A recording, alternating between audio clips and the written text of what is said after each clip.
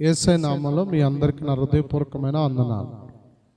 ప్రభు మీ అందరిని దీవించి ఆశీర్వదించును గాక. దేని బిడ్డలారా, ఈ రాత్రి మనము కొద్దిసేపు దేవుని మాటలు తెలుసుకుని, అలాగే ఈ రోజుకి ఏర్పాటు చేయబడిన ప్రార్థన దేని బిడ్డలారా అంశాలు ఉన్నాయి. ప్రార్థన అంశాలు చేద్దాం. ఈ రోజుకి ఏర్పాటు చేయడం ముందు దేవుని వాక్యం తెలుసుకుందాం. ఆ తర్వాత మనము ఈరోజు దేని బిడ్డలారా చేయవలసిన ప్రార్థన అంశాలు ఉన్నాయి. 2 అంశాలు ఉన్నాయి. వాటి కొరకు అలాగే మీలో చాలామంది ఆయా రకాలుగా దేని బిడ్డలారా శోధింపడుతూ దేని బిడ్డలారా ఆయా రకాలుగా ఇబ్బంది పడుతున్నారు కదా. మీ కొరకు నేను దేని బిడ్డలారా ఒక 5 నిమిషాలు మీరు చెప్పిన అంశాల మీద ప్రార్థన చేయాలని ఆశ కలిగి ఉన్నాను. అలాగే దేని బిడ్డలారా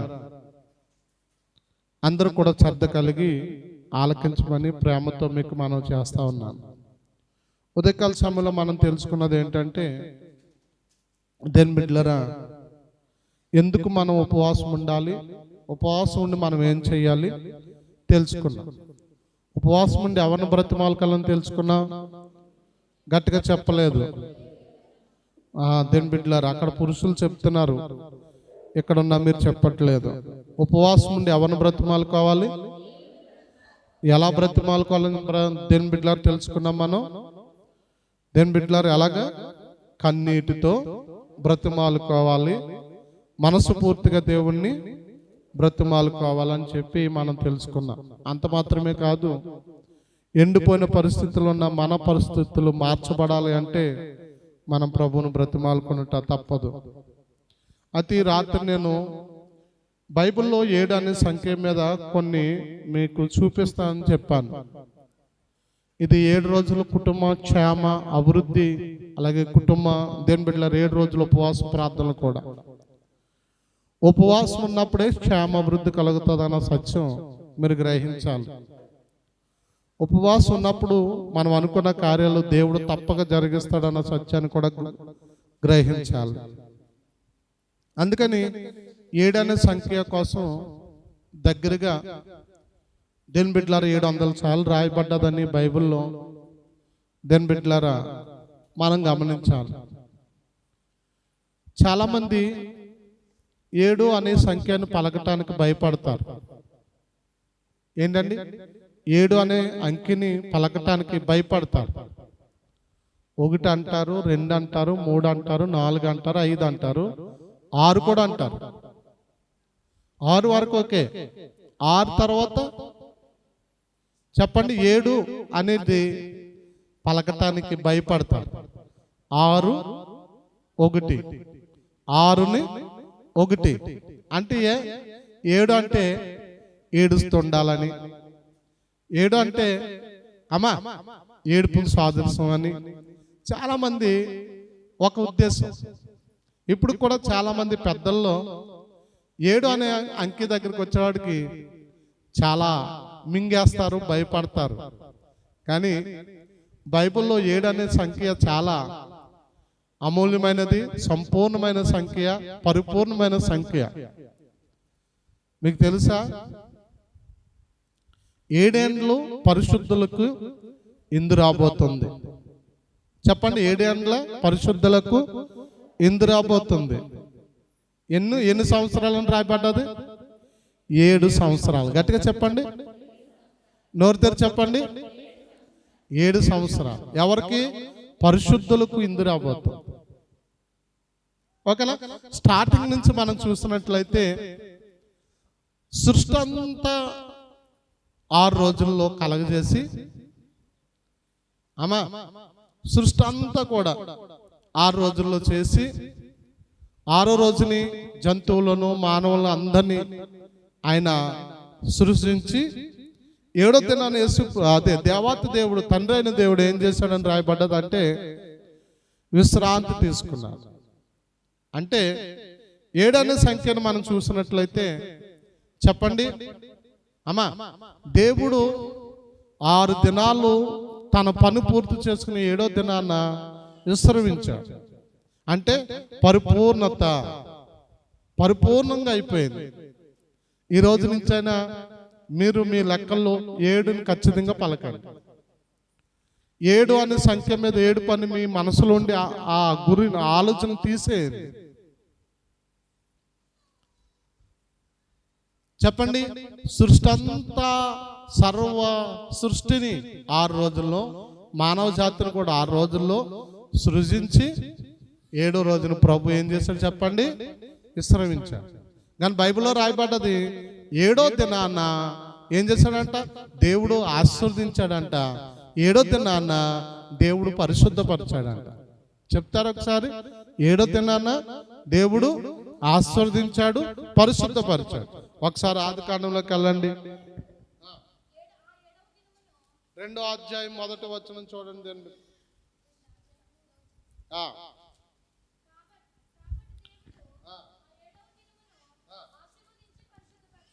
కాబట్టి దేవుడు ఆ 7వ దినమును ఆశీర్వదించి 7ని ఆశీర్వదించాడా లేదా?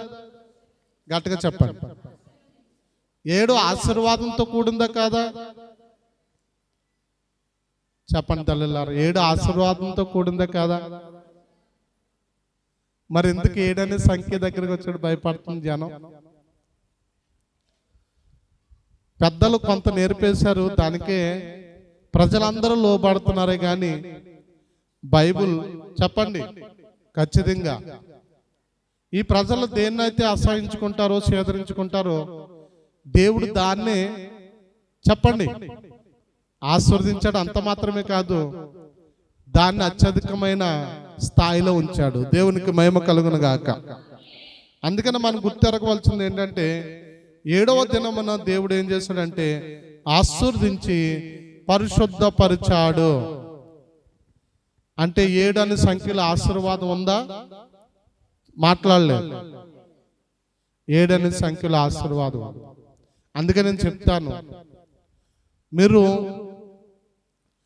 సోమవారం నుండి శనివారం వరకు ఏ పని అయినా చేసుకోండి, ఆదివారం ఖచ్చితంగా ప్రభు సన్నిధిలో ఉండండి. మన ప్రయాణాలు, మన ఫంక్షన్లు, ఇంకా పెళ్ళిళ్ళు అన్నీ ఆరాధన అయిపోయిన తర్వాత ఆశీర్వదింపబడిన ఆ దినాన్న మనం ఆశీర్వదింపబడిన తర్వాత మిగతాది చూసుకోమని నేను చాలాసార్లు మీకు చెప్పాను.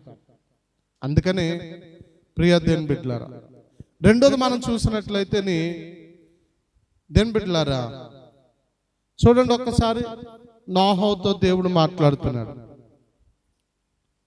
నోహోతో దేవుడు ఏమని మాట్లాడుతున్నాడు అంటే 9వ అధ్యాయము దేవుని బిడ్డలారా 8వ వచనం నుండి మనం చూసినట్లయితే ఆదికాండము 9వ అధ్యాయం. మరియు దేవుడు నోహో అతని కుమారులతో, ఇదిగో నేను మీతోను మీ తదనంతరము మీ సంతానంతోను మీతో కూడానున్న ప్రతి జీవుతోనూ, పక్షులేమి పశువులేమి మీతో కూడా సమస్తమైన భూజంతువులేమి సమస్త భూజంతువులతోనూ నా నిబంధన స్థిరపరచున్నాను. దేవునికి మహిమ కలుగును గాక. ఏంటండి నోహోతో ఏమంటాడంటే నీ సంతానంతోనూ ఏంటండి భూలోకంలో జంతువులతోనూ నేను ఒక నిబంధన చేస్తున్నా. ఏంటి ఆ నిబంధన అని మనం చూసినట్లయితే చెప్పండి అమ్మా, ఏంటి ఆ నిబంధన? ఇప్పుడు నేను మీ అందరినీ నీళ్ళతో నాశనం చేశాను కదా, ఇక మీదట నేను మిమ్మల్ని ఏం చేయను, నీళ్ళతో నాశనం చేయను అని చెప్పినప్పుడు అమ్మా మనుషులకి దేవునికి మధ్య ఒక నిబంధనగా దేని పెట్టారు చెప్పండి? ఇంద్రధనుస్సు. అందరూ చెప్పండి. మనుషులకి దేవునికి మధ్య ఏముంది? నిబంధనగా ఉంది. ఇంద్రధనుస్సు ఎన్ని కలర్స్ ఉంటాయి? 7 రంగులు. ఎప్పుడైనా లెక్కటారా మీరు? 7 కలర్స్ ఉంటాయి, 7 రంగులు ఉంటాయి ఇంద్రధనుస్సులో. ఎప్పుడైనా విస్తారమైన మేఘం పట్టినప్పుడు చూడండి ఇంద్రధనుస్సు తప్పక కనపడతారు. మీకు అర్థమవుతుందా? ఎప్పుడైనా నిస్తారమైన మేఘం పట్టినప్పుడు ఇంద్రధనుస్సు ఖచ్చితంగా కనపడుతుంది. అంటే దేవుని నిబంధన. అప్పుడు నాకు గుర్తొచ్చేది ఏంటంటే, ఇంద్రధనుస్సు కనపడుతుందంటే దేవుని కోపము ప్రజల మీదకి వచ్చింది. అప్పుడు ఏం ఆపుతుంది చెప్పండి?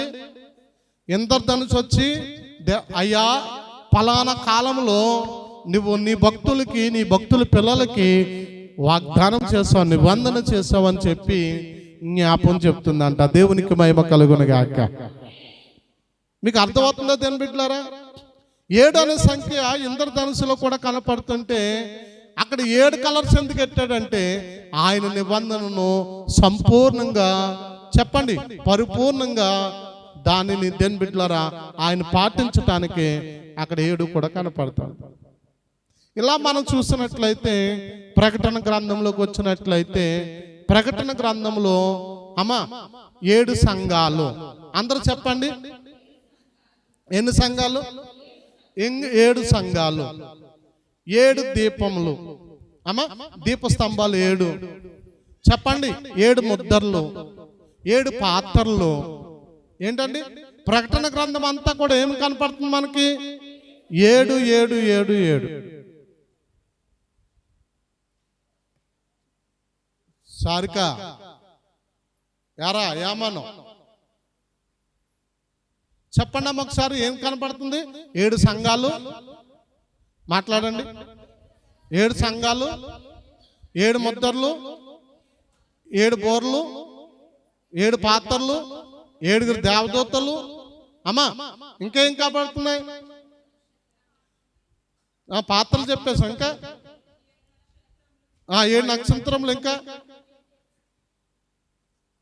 7 అనే సంఖ్య మీద చాలా ఉన్నాయి. మరి ఒకవేళ 7 అన్నది చెడ్డదైతే దేవుడు ఎందుకు బైబిల్లో దాన్ని ప్రతిది 7 అనే సంఖ్య మీద, చెప్పండి, దాన్ని నియమించాడంటే 7 సంపూర్ణమైనది, పరిపూర్ణమైనది. చెప్పండి అందరూ, 7 సంపూర్ణమైనది, పరిపూర్ణమైనది. 7 అనేది మీ మనసులో ఈ రోజు నుంచి 7ను పలుకుతుండగా చెప్పండి, సంపూర్ణమైనది లేక పరిపూర్ణమైనది. మీకు గుర్తుందా? పెద్దయ్య గారు, సత్యానందమయ్య గారు 7 వారాలు రమ్మనేవారు. ఎన్ని వారాలు రమ్మనేవారు? 7 వారాలు వచ్చాడుకు మీ కార్యం పూర్తయిపోతుంది అని చెప్పేవాడు ఆయన. మా నాన్నగారు కూడా చెప్పేవారు. మా నాన్నగారు కూడా 7 వారాలు ఉపవాసం ఉండండి, లేదా 10 వారాలు దశంభాగంగా ఉండండి, దేవుడు మీ జీవితంలో కార్యాలు చేస్తారనేవారు.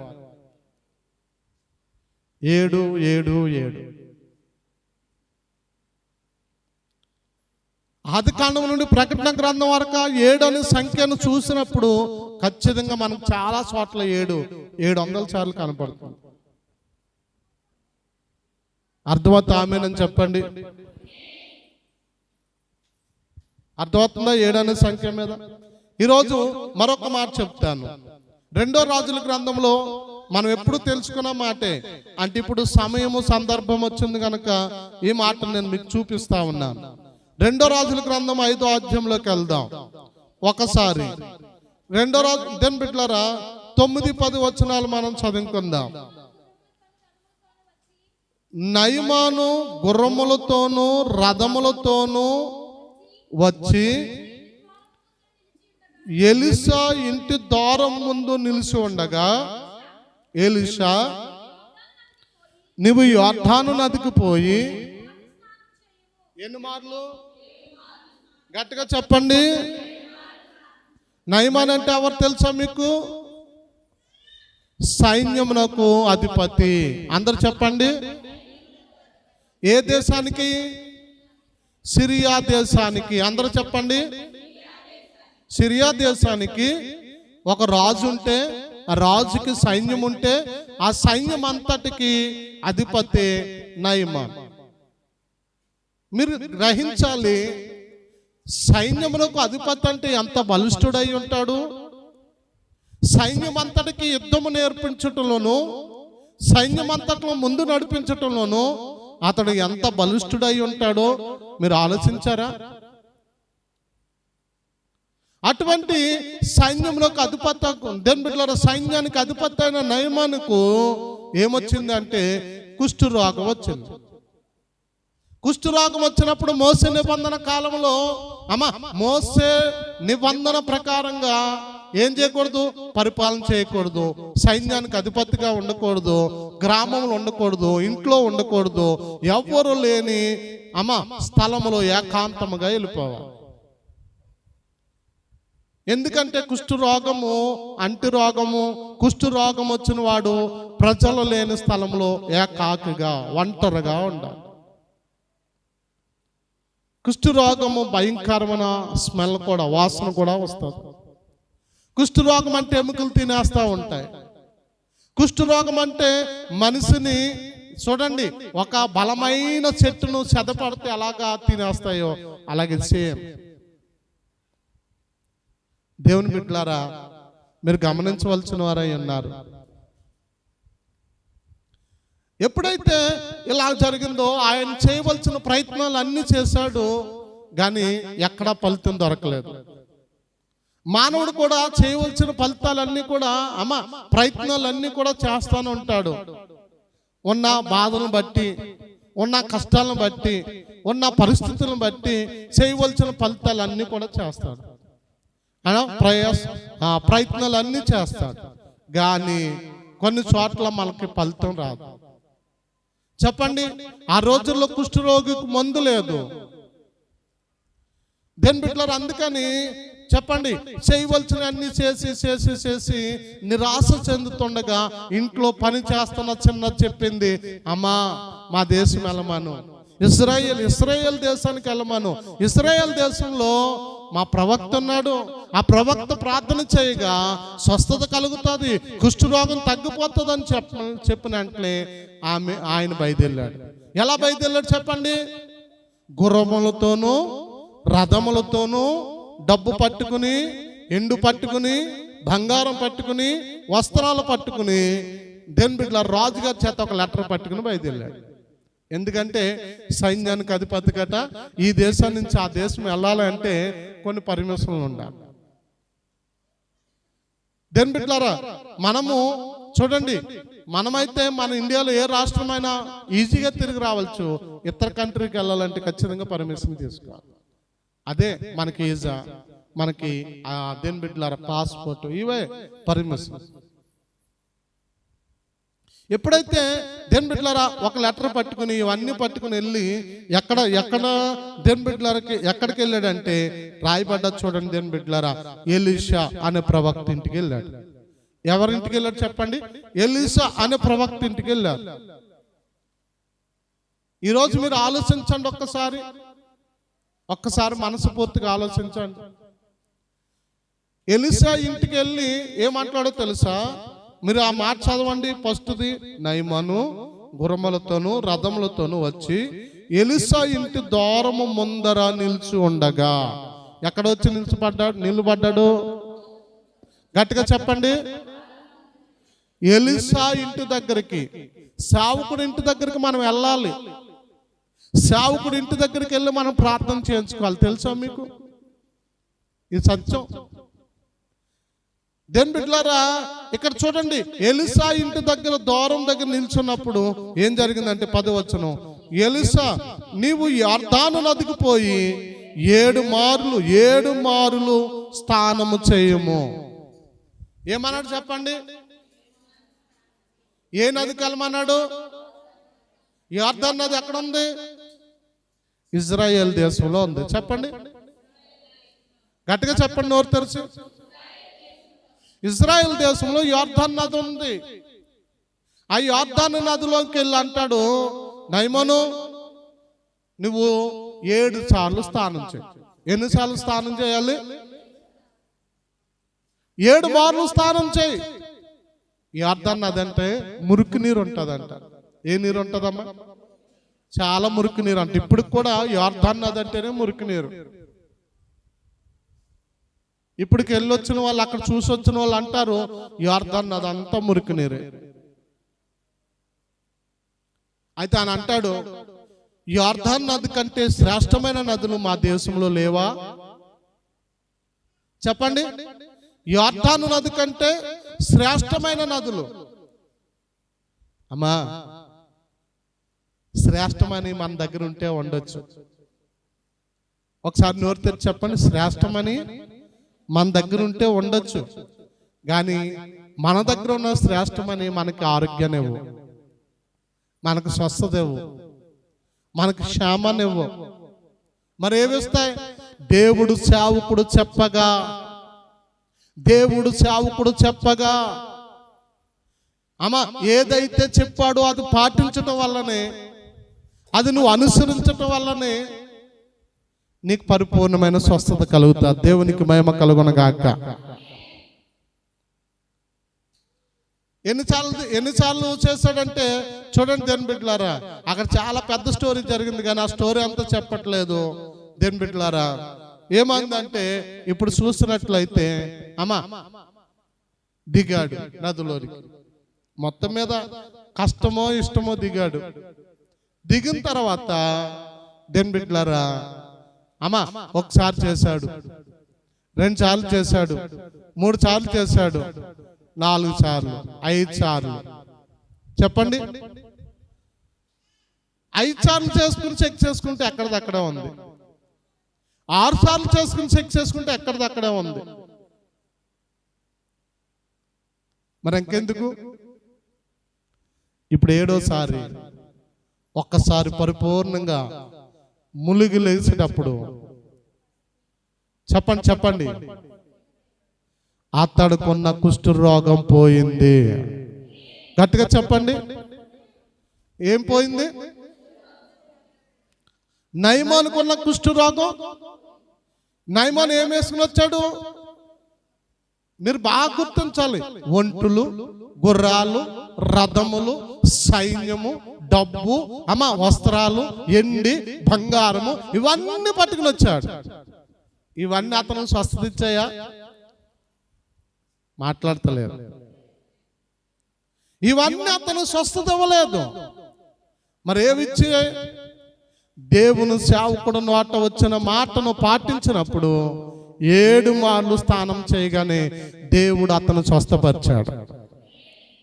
ఈ 7 రోజులు మన ఉపవాస ప్రార్థన, ఈ 7 రోజులు ఈ ప్రార్థన ద్వారా దేవుడు మన జీవితంలో లేక మీ జీవితంలో తప్పక అనుకున్న కార్యాలు పరిపూర్ణంగా జరిగించును గాక. జరిగిస్తాడా లేదా? నేను చెప్తున్నాను, అవసరమైతే నేను రాసిస్తాను, 100కు 100% రాసిస్తాను. నా దేవుడు 7 రోజులు నీకు పూర్తి అవ్వేటప్పటికి పరిపూర్ణంగా నువ్వు అనుకున్న కార్యము తన కృప చేత జరిగించును గాక. తన చిత్తం చెప్పున జరిగించును గాక. తన ఉద్దేశం చెప్పున జరిగించును గాక. జరిగిస్తాడు దేని బిడ్డ. మీరు ఏదో అనుకుంటున్నారు. 7 రోజులు ప్రార్థన. మీరు గమనించండి, 7 రోజుల్లో 7 సంఖ్య మీద అన్ని సంపూర్ణమే. ఇప్పుడు 7 ములుగాడు, లెగిసాడు, పరిపూర్ణంగా స్వస్థత కలిగాలి. ఈరోజు ఆలోచించండి, మంగళవారం మనం 7 రోజులు 7 వారాల ఉపవాస ప్రార్థన జరుగుతుంది. దాన్ని మనం లెక్క చేయం. 7 రోజుల సంఘంలో ఉపవాస ప్రార్థన జరుగుతున్నాయి, దాన్ని మనం లెక్క చేయం. చెప్పండి, తెలిసి లెక్క చేయట్లేదు, తెలియక లెక్క చేయట్లేదు, నాకు అర్థం కావట్లేదు. ప్లీజ్ 7 అనే సంఖ్యను మనసులో పెట్టుకోండి. అది నీ జీవితంలో చాలా సంపూర్ణమైన సంఖ్యగా, సంపూర్ణమైన దీవెన, సంపూర్ణమైన ఆశీర్వాదం, సంపూర్ణమైన స్వస్థత, 7లో పరిశుద్ధత కనపడతా ఉంది. 7 అనే సంఖ్య దేవునిది. అందరు చెప్పండి, 7 అనే అంకె ఎవరిది?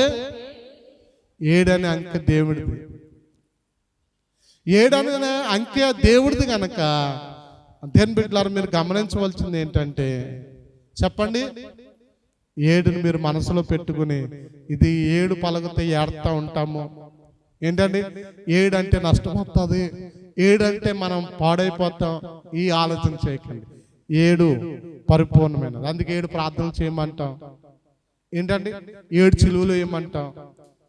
సత్యానంద గారు అదే ఎక్కువ చెప్పేవారు, 7 సిలువలు వేయండి, 7 ప్రార్థన చేయండి. మీ జీవితంలో కష్టం వచ్చినా సరే, ఇప్పుడు కూడా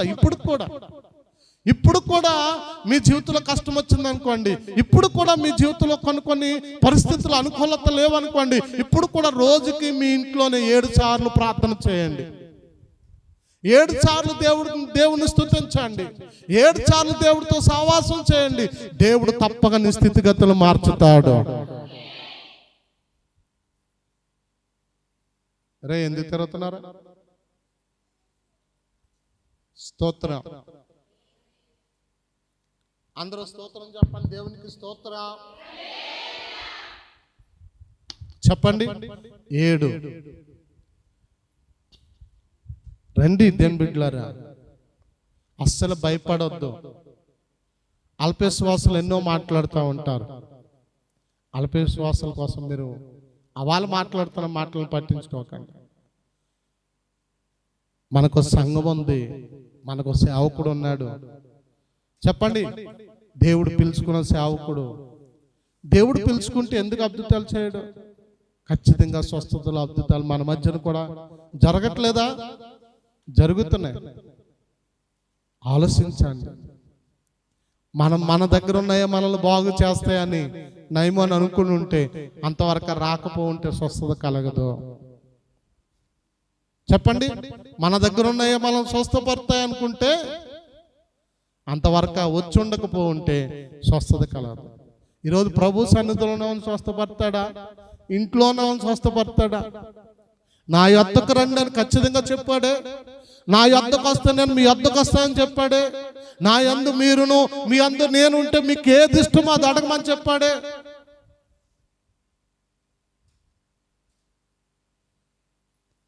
పోయిన 7 రోజులు ఉపవాస ప్రార్థనలు అద్భుతాలు చూడలేదా?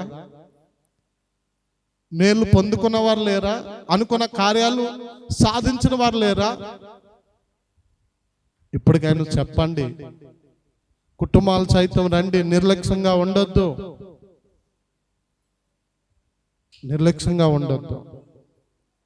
ఇంకెంత మనం కూర్చున్నది కాచేపే.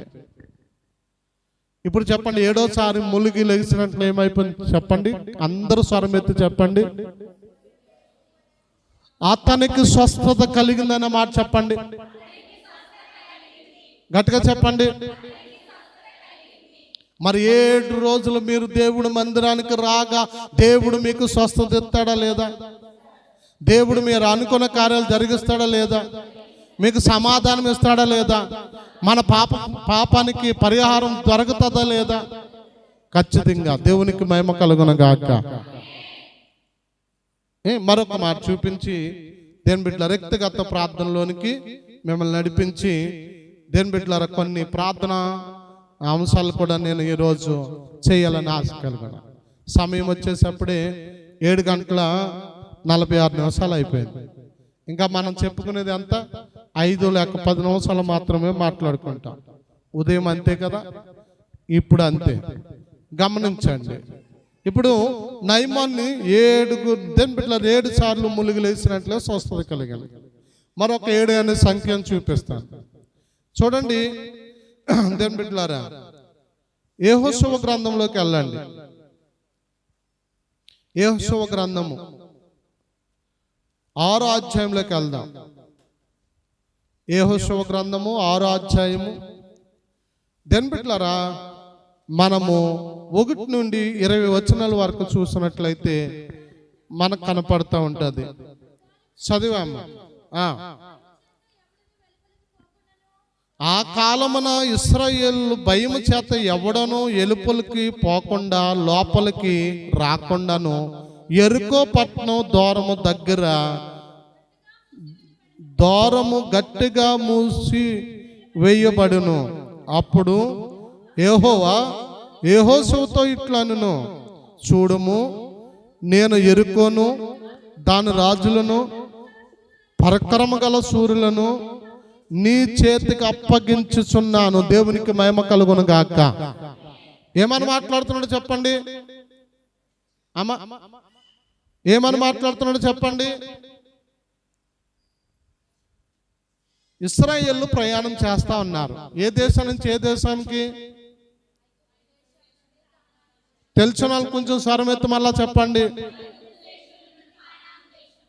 ఐగుప్తు దేశం నుండి కానాన్ దేశంలోకి ప్రయాణం చేస్తున్న సమయంలో దేవుని సంగమా ఎవరికి ఏమి ఎదురా ఉందంటే ఇశ్రాయేలు ప్రజలకి ఎరుకో గోడల్లో గట్టిగా మూసేశారంట.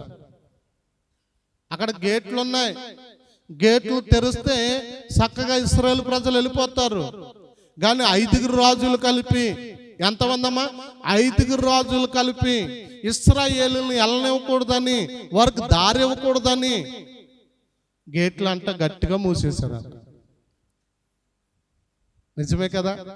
చాలా మంది మనుషులు ఇలాగ ఆలోచిస్తారు, ఏదో రూపంలో ఆటంకం చేయాలని ఆలోచిస్తారు. అర్థమవుతుందా? ఏదో రూపంలో ఆటంకం చేయాలని ఆలోచిస్తారు. శుభకార్యం జరగకుండా ఆటంకం చేయాలని, మేలు జరగకుండా ఆటంకం చేయాలని, నిన్ను నిరాశకు గురి చేయాలని, ఏదో ఒక కీడు చేయాలని తలస్తానే ఉంటారు మానవుడికి. ఆ ఉద్దేశం రావటానికి కారణం ఏంటంటే సైతానుడే. చెప్పండి. వాళ్ళకి చక్కగా దారిస్తే వాళ్ళు వెళ్ళిపోయాను. కానీ 5 రాజుల్లో ప్రవేశించాడు సైతానుడు. వీళ్ళ దారులు మూసేయాలి. మీ దారులు కూడా మూయబడ్డాయా? దేవుని బిడ్డలారా, మీ మార్గాలు కూడా మూయబడ్డాయా? లేకపోతే మీ పిల్లల మార్గాలు మూయబడ్డాయా? లేక మీ చేతి పనులు, వ్యాపారాలు, ఉద్యోగాలు, లేక వ్యవసాయము ద్వారాలు మూయబడ్డాయా? ఒక్కసారి ఆలోచించండి. బైబిల్ అంటుంది, నేను 100% నమ్మే మాట ఏంటంటే, ఒక మార్గం మూయబడితే 7 మార్గాలు దేవుడు తెరిచేవాడు అంట. గట్టిగా తప్పలు కొడతారా? హల్లెలూయా. మూయబడిన మార్గం కాదు, మూయబడిన మార్గం కాదు, తెరబడి మార్గాల వైపు నేను చూసేదను. చెప్పండి. ఒక్క మార్గం మూయబడితే తెరబడి 7 మార్గాల వైపు మనం చూడాలి. ఒకటి నీ చేయి దాటిపోయిందా అమ్మా? ఒకటి నీ చేయి దాటిపోయిందా? ఒకటి నువ్వు నష్టపోయావా? అయితే దేవుడిచ్చే వాటి వైపు చూడు. హల్లెలూయా. మనం ఒక ఆయన అంటున్నారు రోడ్డు మీద, అయ్యగారు దేవుడు మా జీవితంలో చాలా అద్భుతం చేశాడండి. ఆమేన్. అర్థం కావట్లేదా?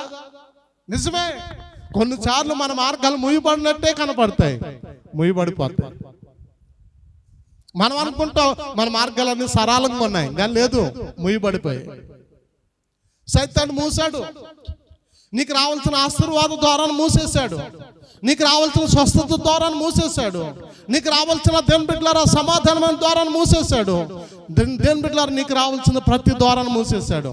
ఇప్పుడు నువ్వు చెందవలసింది ఏంటంటే నిరాశ కాదు. దేవా, ఒక్క ద్వారం మూయబడితే 7 ద్వారాలు తెరస్తానని మాట ఇచ్చిన వాడా, నీ వాగ్దానం నా జీవితంలో నెరవేర్చు. అర్థమవుతుంది? గట్టిగా ఆమేనని చెప్పండి. ఈరోజు దేవుని బిడ్డ, ఎక్కడ నిరాశ, ఎక్కడ భయపడకో, ఎక్కడ భయపడకో. నువ్వు అనుకుంటలేమో ఓ టైంలో నా కుటుంబం పాలు పొంగేది, ఇప్పుడు ఏం లేదు. ఓ టైంలో నా సంఘం ఎంత అభివృద్ధిలో ఉండేది, ఇప్పుడు ఏం లేదు. ఏం భయపడకో, నీ ప్రభు నీ పక్షాన కార్యాలు చేయటానికి సిద్ధపడతా ఉన్నాడు.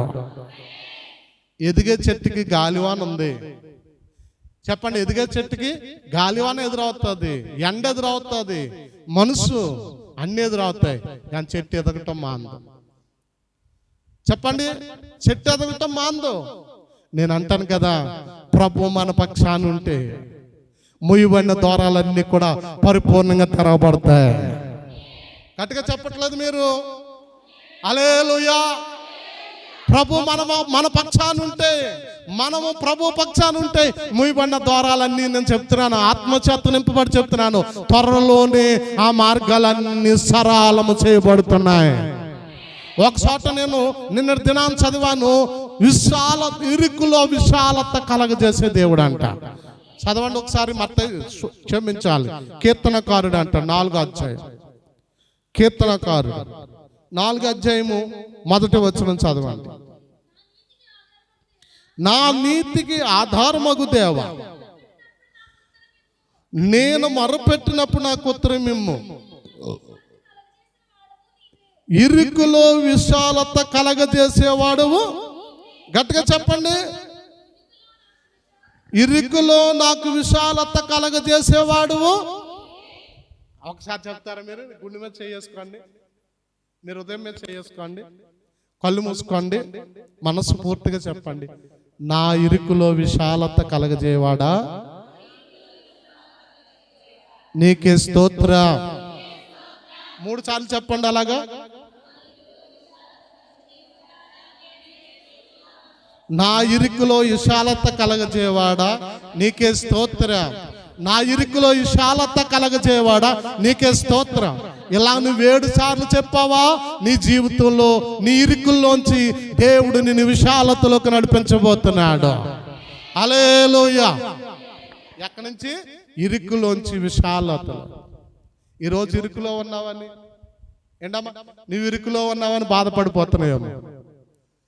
ఏంటమ్మా, నీ ముందు దారులన్నీ మూయబడిపోయాయని బాధపడిపోతున్నాయేమో, భయపడిపోతున్నాయేమో, ఆందోళన చెందేతనేమో. ఇంకెలా బ్రతకాలి, ఎలా పోషించాలి పిల్లల్ని, ఎలా బ్రతికేది నేను, ఆందోళన చెందుతున్నావా? నాకు ఇష్టమైన పాట, మనోవిచారము కూడదు నీకు, మహిమ తలంపులు కావలు. పాడదాం ఒకసారి. మనోవిచారము కూడదు నీకు, మహిమ తలంపులు కావలేను. దినక్రమాన శాంతి గుణములు, దినక్రమాన శాంతి గుణములు దీనులకే చూండును, దీనులకే చూండును. మనోవిచారము కూడదు నీకు, మహిమ తలంపులు కావలేను. మనోవిచారము కూడదు నీకు, మహిమ తలంపులు కావలేను. దేవునికి మహిమ కలుగును గాక. చెప్పండి, మీ పక్కన ఉన్న వాళ్ళతో ఒకసారి ధైర్యంగా చెప్పండి, మనోవిచారం కలిగి ఉండొద్దు. అక్క, మనోవిచారం కలిగి ఉండొద్దు. చెప్పండి అందరు కూడా, మనోవిచారము. గట్టిగా చెప్పండి, ఇంకొకసారి గట్టిగా చెప్పండి. మీ ప్రాణంతో చెప్పండి, నా ప్రాణమా మనోవిచారం కలిగి ఉండొద్దు. నిజంగా చెప్పారా? మీ ప్రాణంతో నిజంగా చెప్తే మీ మొక్కలో చిరునవ్వు కనబడాలి. నిజంగా మీ ప్రాణంతో చెప్పుంటే, మీ ప్రాణంతో నిజంగా చెప్పుంటే మీ మొక్కలో చిరునవ్వు కనబడాలి. ఇరుకులో విశాలత కలగజేసే దేవుడు. ఇప్పుడు ఇశ్రాయేలు ప్రజలకి మార్గాలన్నీ మూయబడ్డాయి. చెప్తారా? ఇశ్రాయేలు ప్రజలకు ఏం మూయబడ్డా? మార్గాలన్నీ మూయబడ్డాయి. కొంతమంది మీ జీవితంలో కూడా మూయబడ్డా. దేని బిడ్డ? భయపడకు. మార్గాలు మూయబడుతుంటే నీ మీదకి భయం ఆవరించిందా? ఇశ్రాయేలు చూడండి, అక్కడ ఏమని రాయబడ్డా చూడండి దేని బిడ్డలారా. భయము చేత వాళ్ళు ఏమైపోయారు చూడండి. ఆ కాలంలో ఇశ్రాయేలు భయము చేత ఎవడను ఎలుపలికి పోకుండా లోపలికి రాకుండాను ఎరుకో పట్టణం ద్వారం దగ్గర మూసివేయబడును. చూసారా? బయటికి వెళ్లకుండా లోపలికి వెళ్లకుండా మూసివేయబడ్డారు. ఇంకా ఎక్కడ అక్కడే ఉండిపోయారు వాళ్ళు. ఈరోజు నేను అంటాను దేని బిడ్డ, భయపడకు,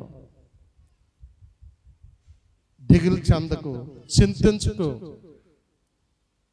అప్పుడు దేవుడు యెహోషువతో మాట్లాడుతున్నాడు. ఎవరితో మాట్లాడుతున్నాడు చెప్పండి? దేవుడు యెహోషువతో మాట్లాడుతున్నాడు. దేని బిడ్డలారా ఏం మాట్లాడు చూడండి. యెహోషువతో ఇట్లా నేను చూడము, నేను ఎరుకోను దాని రాజును పరక్రమ గల శూరులను నీ చేతికి అప్పగించుచున్నాను. దేవునికి మహిమ కలుగును గాక. నీ మీద ఎవరైతే బలవంతులు ఉన్నారో, నీ శత్రువులు నీ మీద బలవంతులైతే వాళ్ళందరినీ చేతికి అప్పగించడం ప్రభు ఇష్టపడుతున్నాడు. నువ్వు నమ్ము హృదయపూర్వకంగా, నీ అంతరంగం, నీ హృదయపూర్వకంగా ఈ వర్తమానాన్ని స్వీకరించు, అంగీకరించు.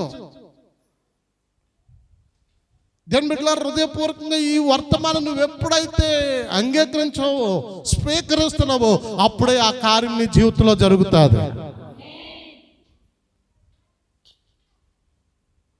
నువ్వు అనుకుంటున్నా నేను పూనుకున్నప్పుడు నా చేతిలో ఏమి లేదని, కానీ నువ్వు పూనుకో, దేవుడు ఆ కార్యం జరిగిస్తాడు. నువ్వు పూనుకో అంతే. యెహోషువ అనేది అదే, ఆ రాజుల్ని, ఆ యెరికో పట్టణాన్ని సమస్తాన్ని చేతికి అప్పగిస్తాడు. ఏం చేయాలో చెప్తున్నాడు. ఏం చేయాలో చూడండి, త్వరగానే ముగిస్తాను దేవుని బిడ్డలారా. చూడండి, మీరందరూ యుద్ధ సన్నద్ధులై పట్టణమును ఆవరించి ఒక మారు దాని చుట్టూ తిరగవలెను. ఎన్ని మార్లు? రోజుకి ఎన్ని మార్లు తిరగాలి? రోజుకు ఒక మారు తిరగాలి. చదివే తల్లి త్వరగా. ఎన్ని రోజులు చేయాలి? గట్టిగా చెప్పండి తల్లిలా. 6 రోజులని చెప్పండి.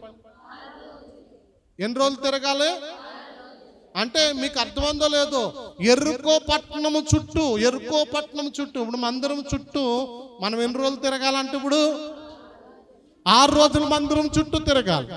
యెరికో పట్టణం చుట్టూ ఎన్ని రోజులు తిరగాలి? ఇప్పుడు 6 రోజులు తిరగమన్నాడు. ఒకలా ఇద్దరా అమ్మా? ఒకలా ఇద్దరా? 25 లక్షల మంది పైబడి ఉన్నారే. వీళ్ళందరూ తిరిగి రావాలంటే ఒకరోజు అవే పనా? అయినా కానీ వాళ్ళు ఏం చేశారు తెలుసా? నొద్దరి, ఆకలి, సుఖము అన్ని పక్కన పెట్టేసి దేవుడు చెప్పిన పని మనం చెయ్యాలి, దేవుని మాటను మనం పాటించాలని చెప్పి వారు ఏం చేశారు చెప్పనా? అన్నిటిని పక్కన పెట్టారు. ఈరోజు సేవకుడు చెప్పిన మాట వినాలి, సేవకుడు చెప్పిన మాటకి లోబడాలని చెప్పి మీరు కూడా అన్ని పక్కన పెట్టొచ్చారా? దేవుడు మీ పక్షాన కార్యం చేయబోతున్నాడు. హల్లెలూయా. దేవుడు సేవకుడు చేత చెప్పించాడని చెప్పి ఇశ్రాయేలు ప్రజలందరూ కలిపి ఆ పట్టణం చుట్టూ తిరగటానికి ఎంతో కష్టమైనప్పటికీ కూడా, భారమైనప్పటికీ కూడా వాళ్ళు ఏం చేశారంటే దేవుని బిడ్డలారా, అన్ని సుఖాలు పక్కన పెట్టి, తిండి పక్కన పెట్టి, నిద్ర పక్కన పెట్టి, సమస్తం పక్కన పెట్టి రోజు 6 రోజులు ఆ పట్టణం చుట్టూ తిరిగి వచ్చేవారు. నిజంగా వాళ్ళు కాళ్ళు లాగినా, వాళ్ళు కలిసిపోయినా దాన్ని ఆలోచించేవారు కాదు. మేము కార్యం సాధించాలి. 2 మా సేవకుడు మాట, లేక మా ప్రవక్త మాట, మా దేవుడి మాట మేము పాటించాలి. చెప్పట్లేదు మీరు? ఎవరి మాటను పాటించాలి? మా దేవుడి మాట, మా సేవకుడి మాట, మా ప్రవక్త మాట మేము పాటించాలి. అయిపోయింది. 6 రోజులు తిరిగేశారు. ఇప్పుడు 7వ రోజు ఏం చేయమన్నాడు చూడండి. త్వర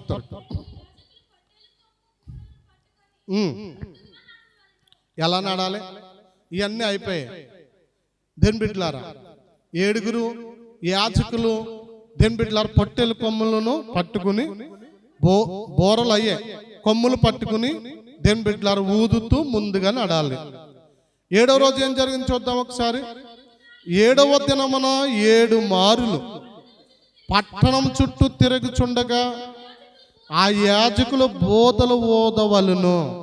7వ రోజు ఏం చాలు తిరగమని రాయబడ్డది. గట్టిగా చెప్పట్లేదు మీరు. ఎన్ని సార్లు తిరగాలి? 7వ రోజు 7 సార్లు తిరగాలి. ఎన్నిసార్లు తిరగాలమ్మా? పొద్దుడు వస్తే సాయంత్రం రారు, సాయంత్రం వస్తే పొద్దుడు రారు. చెప్పండి ఒకసారి నా మాట వినపడుతుంటే. పొద్దుట వచ్చారనుకోండి సాయంత్రం రారు, సాయంత్రం వచ్చారనుకోండి పొద్దుట రారు. కానీ ఇక్కడ ఏం మాట్లాడు చూడండి. 7వ రోజు 7 మార్లు అంటే 7 రౌండ్లు వేయాలి. ఎన్ని రౌండ్లు వేయాలమ్మా? ఒక్కరోజు తిరగటానికే కష్టం అంటే ఒక్కరోజే 7 సార్లు తిరగాలంటే ఎంత కష్టం ఆలోచించారా? ఇప్పుడు వీళ్ళ కష్టాన్ని వీళ్ళకి కష్టము మనసులో పెట్టాలా, దూరం తెరబడటం మనసులో పెట్టాలా? అర్థం కాలేదన్నమాట. ద్వారం తెరబడటమే, మార్గం సరళం అవటమే మనసును పెట్టాలి. మన కష్టాన్ని కాదు మనసును పెట్టేది. భక్తిలో కష్టపడి భక్తి చేసినప్పుడే ఫలితం పొందుతాం. హల్లెలూయా. ఎంతసేపు మీరు కింద కూర్చుంటే కష్టమే. నడిచి రావటం, ఎక్కడెక్కడి నుంచో నడిచి రావటం కష్టమే. కష్టాన్ని మనసులో పెట్టకండి. ఆ స్థలానికి వెళ్తే నా దేవుడు ద్వారం తెరుతాడు, నా దేవుడు కార్యం చేస్తాడు, ఇదే మనసును పెట్టండి. దేవునికి మహిమ కలుగును గాక. 7 సార్లు తిరిగారు. అక్కడ జరిగిన చాలా గొప్ప స్టోరీ ఉంది, కానీ సమయం మనకు మించిపోతుంది కనుక నేను చాలా సింపుల్గా చెప్తా ఉన్నాను. ఏం చేశారు చూడండి. ఇప్పుడు యాజకులు మానక ఆ కొమ్ములతో దను చేశారు. మీరు బోరలు దను వినినప్పుడు ఎలాగయ్యాలి కేకలు? మీకు బోరల శబ్దం వినబడుతున్నప్పుడు మీరు ఆర్భాటంగా కేకలు వేయండి. అప్పుడు ఆ పట్టణపు ప్రాకారాలు పడిపోతాయి. మౌనంగా ఉన్నవాడి జీవితంలో ఏం జరగకూడదండి. ఏంటంటే మౌనంగా ఉన్నవాడి జీవితంలో ఏం జరగదు. కష్టపడకుండా భక్తి చేయకుండా, కష్టపడి భక్తి చేయకుండా, కష్టపడి దేవుడితో సావాసం చేయకుండా ఉన్నవాడి జీవితంలో ఏం సాధించలేరు. పొట్టకూటి కోసం ఎంత కష్టపడుతున్నావు చెప్పండి. పొట్టకూటి కోసం ఎంత కష్టపడుతున్నావు? వాళ్ళు కట్టుకున్న ఇల్లు, వారు అంత అందం కట్టుకున్నారు, మనం కూడా కట్టేసుకోవాలని ఎంత కష్టపడుతున్నావు? ఈ లోకంలో నువ్వు ఎంత పోటీ పడుతున్నావు? ఈ లోక సంబంధమైన జీవితంలో ఎంత పోటీ పడుతున్నావు? మరి దైవ భక్తి విషయంలో ఎందుకు పోటీ పడకూడదు?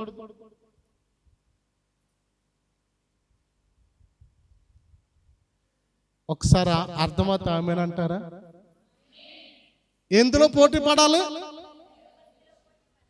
దైవ భక్తి విషయంలో మనం పోటీ పడాలి. అందరూ అన్ని విషయాల్లో పోటీ పడుతుంటే నేనంటాను, దేవుడితో సావాసంలో మనం పోటీ పడాలి.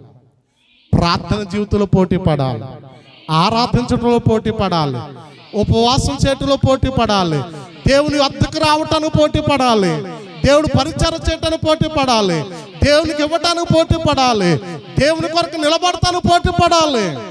హల్లెలూయా.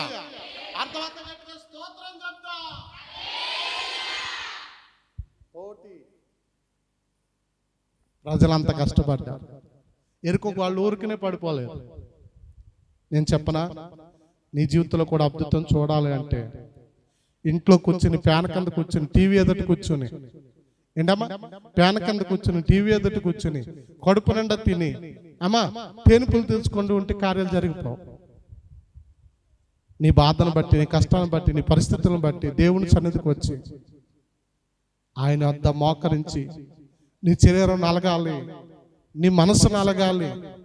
బైబిల్ అంటుంది, తిరిగి నలిగిన బలియాగము నాకు ఇష్టమైనది. దేవునికి మహిమ కలుగును గాక. ఈ 7 రోజులు నువ్వు ఎలాగ ఉపవాసం ఎలాగైపోవాలంటే ఇరిగి నలిగిన హృదయంతో దేవునికి సువాసన గల బలిగా మార్చబడాలి. ఎలా మార్చబడాలండి? ఇరిగి నలిగిన హృదయంతో, శరీరంతో, ఆత్మతో దేవునికి సువాసన గల బలిగా మార్చబడితే దేవుడు నిన్ను దర్శించబోతున్నాడు. తన ఆత్మ చేత నిన్ను నింపబోతున్నాడు. తన శక్తి నిన్ను తాకబోతుంది. ఆయన ప్రభావం నీ మీదకి రాబోతుంది. హల్లెలూయా. కనుక మీరు గుర్తెరగమని ప్రేమతో నేను మీకు మనవి చేస్తున్నాను.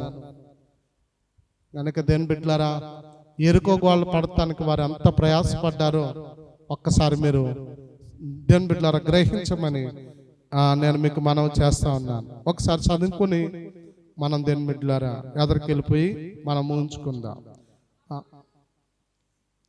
6వ వచనం, నూనె కుమారుడైన యెహోషువ యాజకులను పిలిపించి, మీరు నిబంధన మందసమును ఎత్తుకుని మోయుడి. ఏడుగురు యాజకులు యెహోవా మందసమునకు ముందుగా పొట్టేలు కొమ్ములు బోరలు 7 పట్టుకుని నడవలను అని వారితో చెప్పెను. మరియు అతడు మీరు సాగి పట్టణమును చుట్టుకొనుడని యోధులు యెహోవా మందసమును ముందుగా నడవలని ప్రజలతో చెప్పెను. యెహోషువ ప్రజలకు ఆజ్ఞాపించిన తర్వాత 7 యాజకులు పొట్టేలు కొమ్ములు బోరలను 7 యెహోవా సన్నిధిని పట్టుకుని సాగుచు ఆ బోరలు ఊదుచుండగా యెహోవా నిబంధన మందసమును వారి అంట నడిచెను.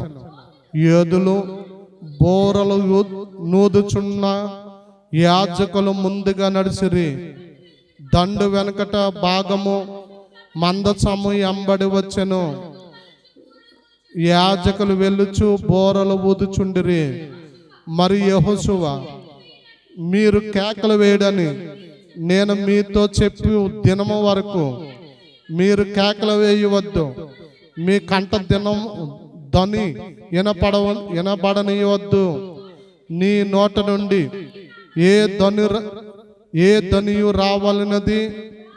రావలదు.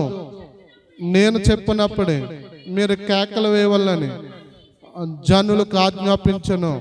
అట్లు యెహోవా మందసమును ఆ పట్టణము చుట్టుకుని ఒక మారు దాని చుట్టూ తిరిగిన తర్వాత వారు పల్లములో జూచి రాతి పల్లములో దిగి గడిపిరి. ఉదయమున యెహోషువ లేవగా యాజకులు యెహోవా మందసమును ఎత్తుకుని మోసిరి. 7 యాజకులు పొట్టేలు కొమ్మును బోరలను 7 పట్టుకుని నిలవక యెహోవా మందసమునకు ముందుగా నడుచుచు బోరలు ఊదుచూ వచ్చిరి. యోధులు వారికి ముందుగా నడిచిరి.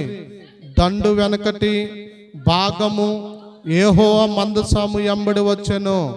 యాజకులు వెళ్ళుచు బోరలు ఊదుచూ వచ్చిరి. అట్లు 2వ దినము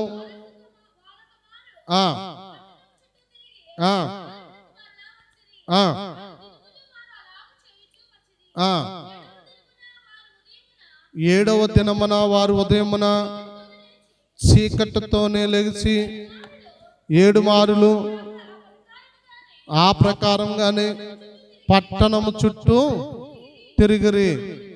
ఆ దినమున మాత్రమే వారు ఆ పట్టణము చుట్టూ తిరిగిరి. 7 మార్లు తిరిగిరి. 7వ మారు యాజకులు బోరల ఊదగా యెహోషువ జనులకు ఇలాగ ఆజ్ఞాపించెను. కేకలు వేరి యెహోవా ఈ పట్టణమును మీకు అప్పగించుచున్నాడు. ఈ పట్టణమును దీనిలో ఉన్న యావత్తును యెహోవా వలన శపింపబడును. రాహాబు అని యేసియా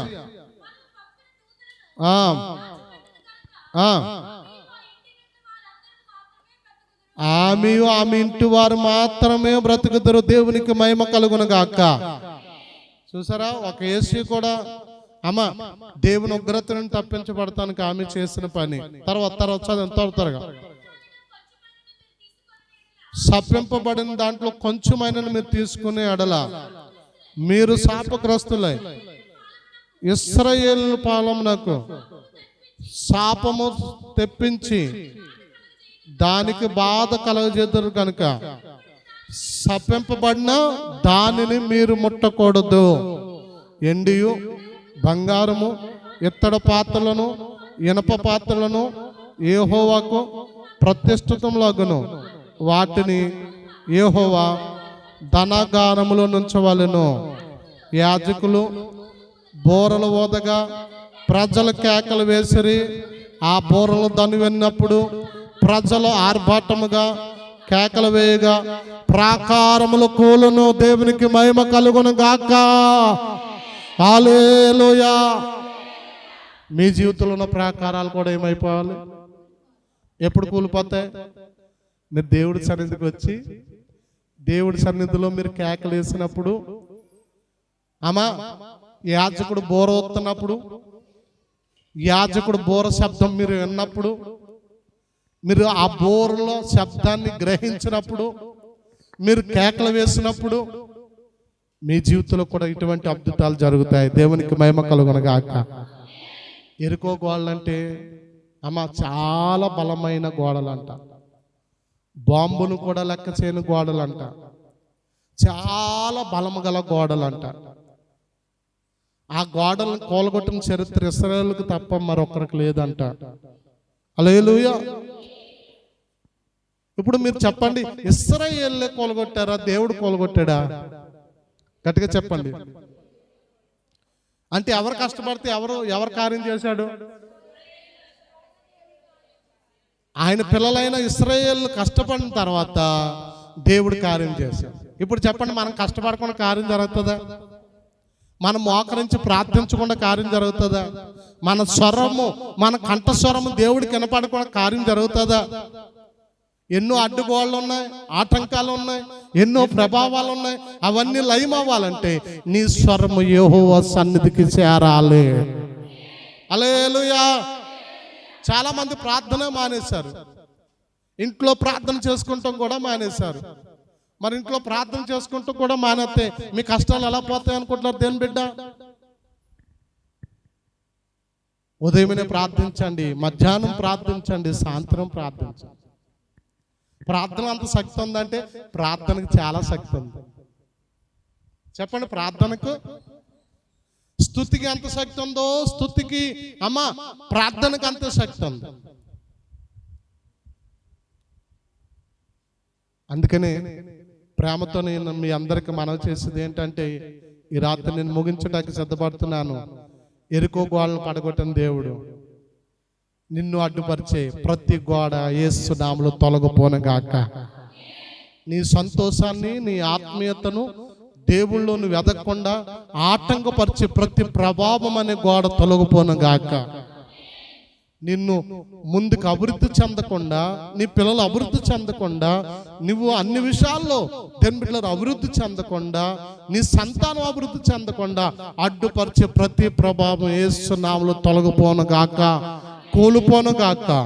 ఈ సంఘ పరిచర్యలు అభివృద్ధి చెందకుండా అడ్డుపడే ప్రతి ప్రభావము యేసు సర్వశక్తి గల నామములో కూలిపోనుగాక, ఇప్పుడే కూలిపోనుగాక. హల్లెలూయా. దేవుని ఆత్మ చెప్తుంది ఏంటో తెలుసా? మీరు సంతోషించబోతున్నారు. దేవుడు చేసే మేలును బట్టి, దేవుడు చేసే కార్యాలను బట్టి మీరు బహుగా సంతోషించబోతున్నారు. లేడి వల్లే గొంతులు వేసి ఎగురుతూ వచ్చి సాక్ష్యము చెప్పే సమయము దేవుడు మీ జీవితాల్లో కలగజేయబోతున్నాడు. హల్లెలూయా. దేవుని ఆత్మ చెప్తుంది, దేని బిడ్డలారా, మీరు ప్రయాసపడండి ప్రభు సన్నిధిలో, మీరు అద్భుతాలు పొందుతారు. ఎప్పటి నుంచో ముయ్యబడిన ప్రతి మార్గము కూడా ఈ 7 దినాలు పూర్తయ్యేటప్పటికి, సంపూర్ణం అయ్యేటప్పటికి అన్ని కార్యాలు దేవుడు చేయబోతున్నాడు. మీ నిరాశ, మీ దుఃఖము సంతోషంగా, నాట్యంగా దేవుడు చేయబోతున్నాడు. దేవుడు అట్టి కృప మనందరికీ అనుగ్రహించునుగాక. ఇప్పుడు చెప్పండి, 7 మీద ఇంకా చాలా ఉన్నాయి. దేని బిడ్డలారా, మనం చదువుకున్న ఈ యెహోషువ గ్రంథంలో ఇంకా చాలా మంచి మాటలు ఉన్నాయి. కానీ సమయం లేదు కనుక నేను చెప్పడానికి దేని బిడ్డలారా నేను ఇంక ఇష్టపడలేదు. సమయానికే పంపిద్దాం అనుకున్నాను కదా, సమయానికే పంపిస్తాను. ఒక్కసారి మోకరించి వ్యక్తిగత ప్రార్థన, మీ వ్యక్తిగత ప్రార్థన ఉదయం 10 నిమిషాలు ఇచ్చాను కదా, ఇప్పుడు మీకు 5 నిమిషాల సమయం ఇస్తాను. ఎందుకంటే మరొక ప్రార్థన అంశాలు కూడా నేను చేస్తాను. దేని బిడ్డలారా, ఎరుకో గోళ్ళంటి కూలగొట్టిన దేవుణ్ణి 7 సార్లు సేవకుడు మాటిని యోర్దాను నదిలో మొలగ్గా శుద్ధుడవిన నయమోన్ని జ్ఞాపం చేసుకుంటూ, ఎరుకో గోడలు పడగొట్టిన దేవుణ్ణి జ్ఞాపం చేసుకుంటూ, కష్టపడి ప్రయాసపడి దేవుడు చెప్పిన మాటను పాటించిన దేని బిడ్డలారా ఇశ్రాయేలుని జ్ఞాపం చేసుకుంటూ ఇప్పుడు మీరు ప్రార్థన చేయండి. మిమ్మల్ని ఏ అయితే పట్టి పీడిస్తున్నాయో, మీకేవైతే మీ జీవితంలో నెమ్మది లేకుండా చేసేస్తున్నాయో, మీరు చేయించకుండా, మీరు సాధించకుండా, మీరు ఒక స్థాయికి ఎదగకుండా మిమ్మల్ని ఏవైతే ఆటంకపడుతున్నాయో ప్రతి ప్రభావం కూలిపోయేలాగా మీరు ప్రార్థన చేయండి. ఎరుకో గోడలు కూల్చివేసినట్లు, ఎరుకో గోడలు కూలిపోయినట్లు ప్రతి ప్రభావం కూలిపోయేలాగా ప్రార్థించండి. నిన్ను ఏది అడ్డేస్తుందో ప్రార్థన చేయకుండా ఆ ప్రభావం ఇప్పుడే కూలిపోవాలి. నిన్ను ఏదైతే దేవుని ఆత్మ నీలోనికి రాకుండా అడ్డేస్తుందో ఆ ప్రభావం కూడా ఇప్పుడే కూలిపోవాలి. దేవుళ్ళు నువ్వు ఎదగకుండా ఏదైతే అడ్డేస్తుందో ఆ ప్రభావం ఇప్పుడే కూలిపోవాలి. Thank you law. దేవుడు నిన్ను ప్రేమించి మాట్లాడాడు. ఇప్పుడు నువ్వు దేవుడితో వ్యక్తిగతంగా మాట్లాడు, వ్యక్తిగతంగా మాట్లాడు.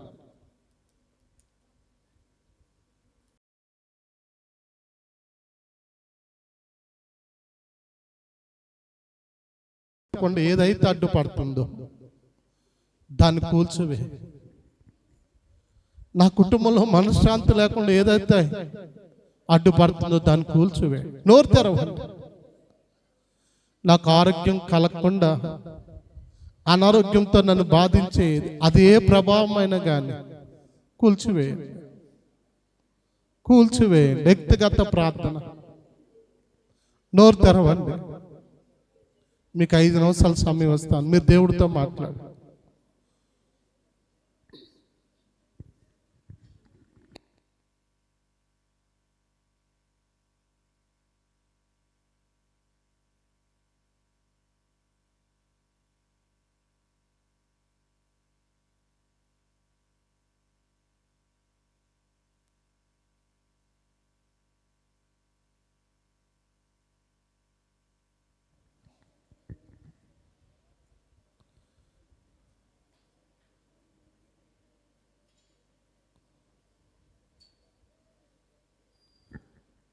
మరపెట్టు దేని బిడ్డ, మౌనంగా ఉండు.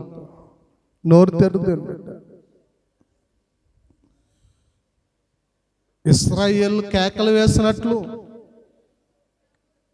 నోరు తెరిచి కేకలు వేసి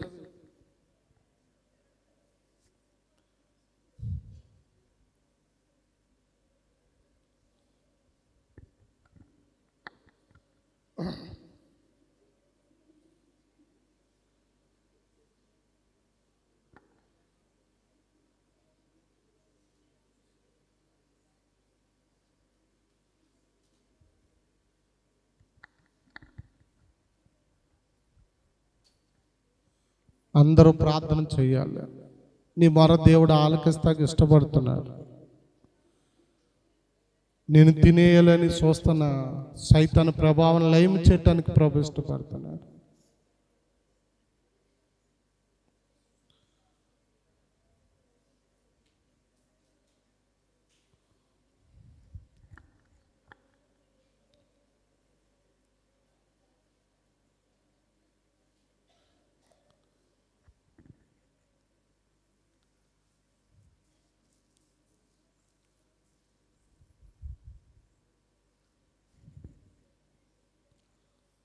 దేవుని సంగమా, నోరు తెరిచి ప్రభుతో మాట్లాడు.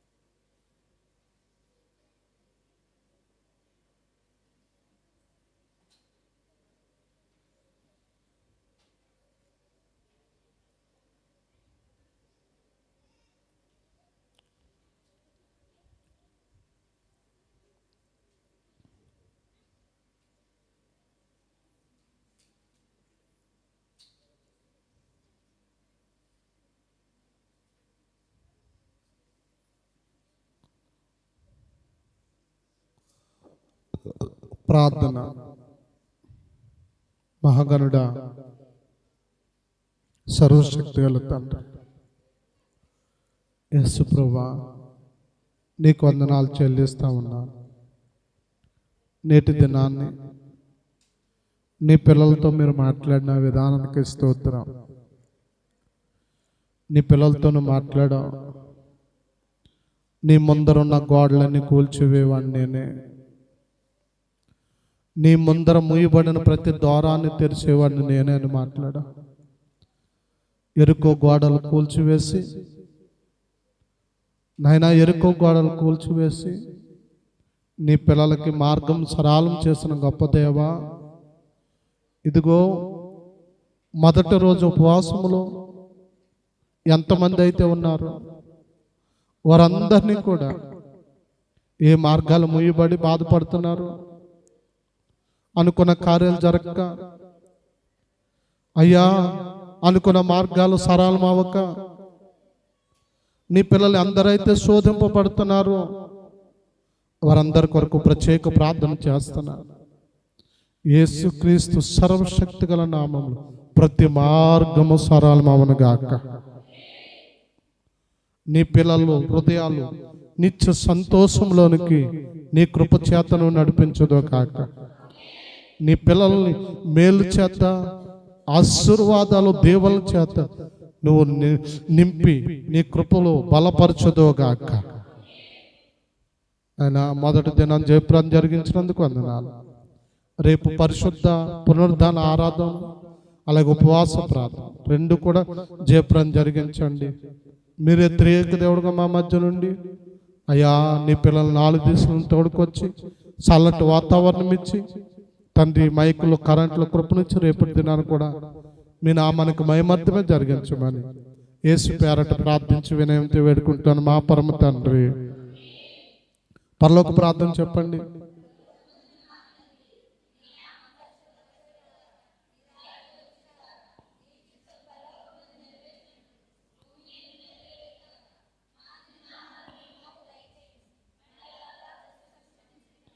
మా ప్రార్థన క్షమించు.